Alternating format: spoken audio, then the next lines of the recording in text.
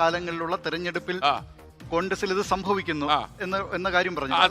അതിനകത്തൊരു പതനം കണ്ടെത്തി. അതിനെക്കുറിച്ച് ഞങ്ങളുടെ അഭിപ്രായം എന്താ? അല്ല, അത് കോൺഗ്രസിൽ മാത്രമല്ല, കേഡർ പാർട്ടി എന്ന് പറയുന്ന CPIM-ൽ പോലും എത്രയോ തവണ CPIM-ന്റെ കേന്ദ്ര നേതൃത്വം തീരുമാനിക്കുന്നു ഇവിടെ VS അച്യുതാനന്ദനെ സ്ഥാനാർത്ഥിയാകേണ്ട. ജനങ്ങൾ അണികൾ തെരുവിലിറങ്ങുന്നു, വലിയ പ്രതിഷേധം നടത്തുന്നു. CPIM-ന് ആ തീരുമാനം മാറ്റേണ്ടി വരുന്നു. അതിനു മുമ്പ് ഇതൊക്കെ ഉണ്ടായിട്ടുണ്ട്. ഇതിൽ ഏറ്റവും തമാശ എന്ന് പറഞ്ഞാൽ ഞാൻ പറഞ്ഞ ജനം ഒരു തെരഞ്ഞെടുപ്പ് കാലത്താണ്, ജനം തെരുവിലിറങ്ങുകയാണ്. ശരിയാണ് ഞാൻ പറയുന്നത്. അതായത് ഇപ്പൊ ഈ സാഹചര്യത്തിലും സുധാകരനെ കുറെ ആളുകൾ അല്ല, ഞാൻ അസിതാദല്ല CPIM എന്ന് പറയുന്ന ഒരു കേഡർ പാർട്ടി, അതിന്റെ ഒരു കേന്ദ്ര നേതൃത്വം ഒരു തീരുമാനമെടുത്ത് കേരളത്തിൽ കൊണ്ടുവന്നപ്പോൾ അത് നടപ്പാക്കാൻ കഴിഞ്ഞില്ല. എന്തുകൊണ്ട്? അണികൾ പ്രതിഷേധവുമായി രംഗത്തിറങ്ങിയത്. ഞാൻ പറയുന്നത് ഇത്രയും ഗുരുതരമായ, നമ്മൾ ഇന്നലെ ഈ ചർച്ച തുടങ്ങുമ്പോൾ ഹാഷ്മി ഉപയോഗിച്ചൊരു പ്രയോഗമുണ്ട്, ഡു ഓർ ഡൈ സിറ്റുവേഷൻ. അതാണ് കോൺഗ്രസിനെ സംബന്ധിച്ചിടത്തോളം ഈ സാഹചര്യത്തിൽ ഏറ്റവും ഉത്തമമായ. കോൺഗ്രസിനെ സംബന്ധിച്ച് അതാണ് പറഞ്ഞത്. കോൺഗ്രസിനെ സംബന്ധിച്ചത് എല്ലാ കാലവും എല്ലാ തെരഞ്ഞെടുപ്പുകളിലും ഉണ്ടായിട്ടുള്ളതാണ്. എല്ലാ നിയമസഭാ തെരഞ്ഞെടുപ്പ് കാലത്തും 10 വർഷമായി അധികാരത്തിൽ നിന്ന് മാറി നിൽക്കുകയാണ്. ഒരു കഴിഞ്ഞ കുറച്ച് നാളുകൾക്ക് മുൻപുള്ള ചർച്ച സജീവമായി. ഞാൻ പറഞ്ഞ അസിത 10 വർഷമല്ലായുള്ളൂ അധികാരത്തിൽ നിന്ന് എത്രയോ കാലമായി പുറത്തുപോയ ബീഹാറിലൊക്കെ ഇപ്പോഴും ഒരു തെരഞ്ഞെടുപ്പ്, നിയമസഭാ തെരഞ്ഞെടുപ്പ്, കഴിഞ്ഞ നിയമസഭാ തെരഞ്ഞെടുപ്പിൽ എന്താ നടന്നത്?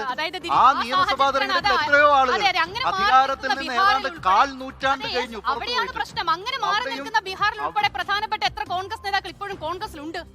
അപ്പോഴും അല്ലല്ല, ഞാൻ പറഞ്ഞ എന്താണെന്ന് വെച്ചാൽ ഇത് കോൺഗ്രസ് പാർട്ടിക്ക് ഒരു പുതുമയുള്ള വിഷയമല്ല. കോൺഗ്രസിനെ സംബന്ധിച്ച് എല്ലാ പാർട്ടിയിലുണ്ടെന്നേ.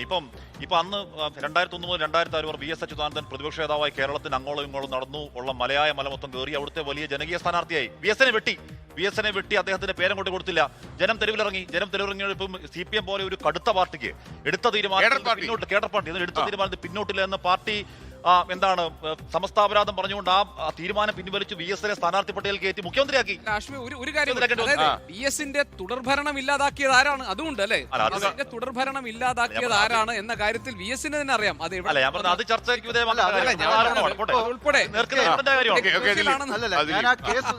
സുധാകരന്റെ വിഷയത്തിലേക്ക് വരാം.